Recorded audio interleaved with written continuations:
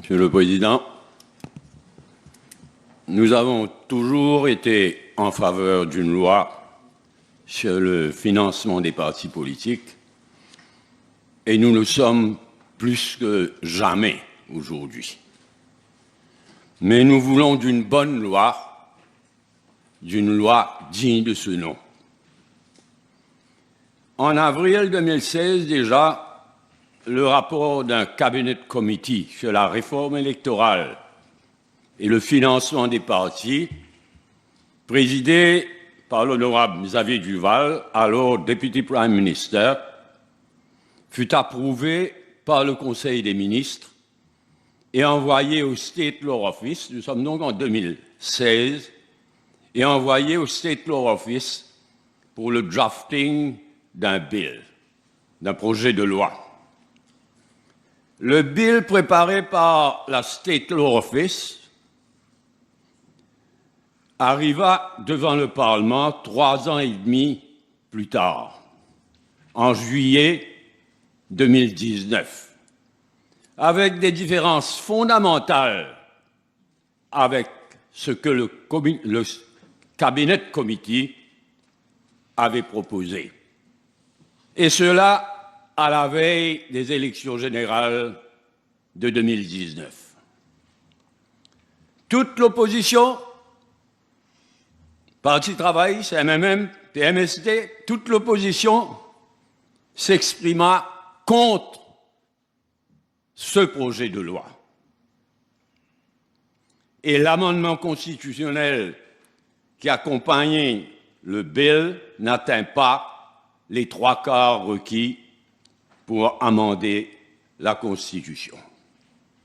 Au cours des débats, l'opposition proposa avec insistance un select committee, comme le leader de l'opposition l'a fait aujourd'hui. Toute l'opposition donc proposa un select committee pour dégager un consensus, mais le gouvernement refusa. Et le projet de loi, le bill, tomba dans les oubliettes. Il refait surface aujourd'hui, encore une fois à la veille des élections générales. Et dans une attitude du take it or leave it du gouvernement. Attitude qui a exclu qu'un consensus soit trouvé. En fait, comme en 2019, le gouvernement actuel n'a pas une majorité de 3/4 pour amender la Constitution. Il le sait et n'a rien fait pour arriver à un consensus. Au contraire, le gouvernement actuel sait qu'il n'a pas une majorité de 3/4. Il sait que ce qu'il propose ne passera pas, comme en 2019. Il sait tout cela. Le but est purement et simplement de jeter la boue. Et on l'a entendu. On l'a entendu quand nous avons écouté les quelques orateurs qui ont pris la parole jusqu'à présent. Le but était et est purement et simplement de jeter la boue. C'est honteux et c'est irresponsable.